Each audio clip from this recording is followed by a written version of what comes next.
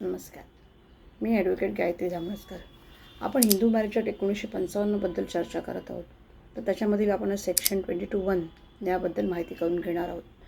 Section 22(1) of the Hindu marriage act 1955 states that every proceedings under this act shall be conducted in camera and it shall not be lawful for any reason to print or publish any matter in relation to any such proceedings except a judgment of High Court or of the Supreme Court printed or published with the previous permission of the court.